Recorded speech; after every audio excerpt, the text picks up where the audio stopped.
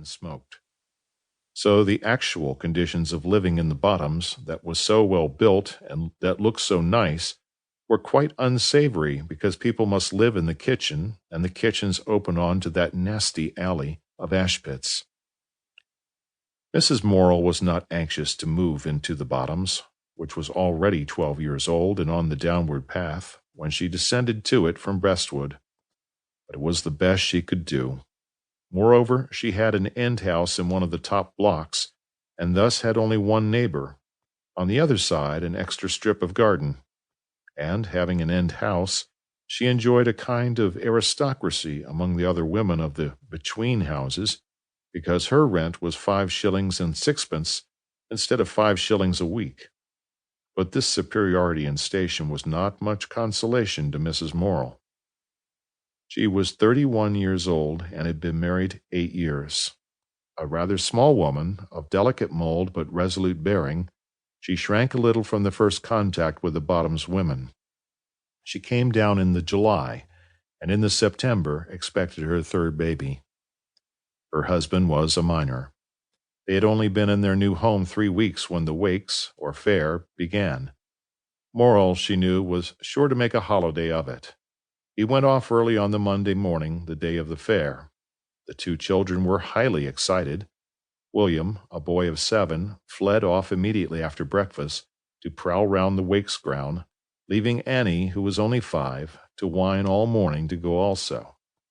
Mrs. Morel did her work. She scarcely knew her neighbors yet, and knew no one with whom to trust the little girl, so she promised to take her to the wakes after dinner. William appeared at 12:30.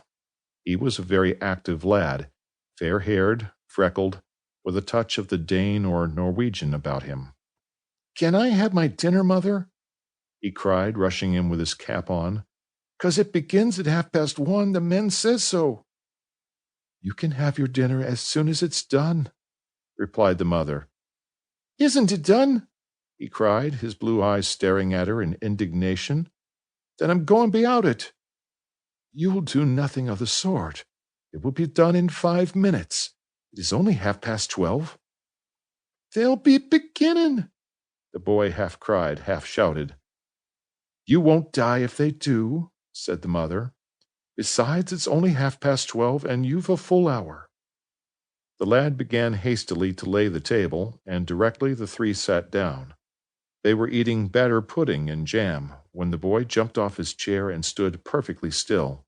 Some distance away could be heard the first small braying of a merry-go-round and the tooting of a horn. His face quivered as he looked at his mother. "I told you," he said, running to the dresser for his cap. "Take your pudding in your hand, and it's only 1:05, so you were wrong.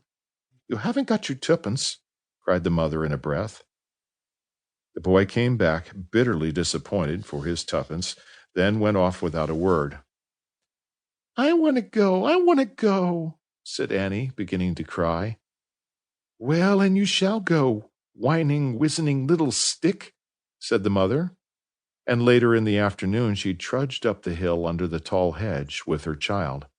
The hay was gathered from the fields, and cattle were turned on to the eddish. It was warm, peaceful. Mrs. Morel did not like the wakes. There were 2 sets of horses, one going by steam, one pulled round by a pony.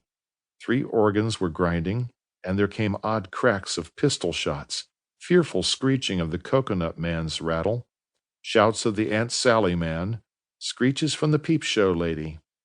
The mother perceived her son gazing enraptured outside the Lion Wallace booth at the pictures of this famous lion that had killed a Negro and maimed for life 2 white men. She left him alone and went to get Annie a spin of toffee. Presently the lad stood in front of her, wildly excited. "You never said you was coming. Isn't there a lot of things? That lion's killed 3 men. I've spent my 2pence, and look here." He pulled from his pocket 2 egg cups with pink moss roses on them. "I got these from that stall where you have to get the marbles in them holes, and I got these 2 in 2 goes. Halfpenny a go. They got moss roses on. Look here. I wanted these." She knew he wanted them for her.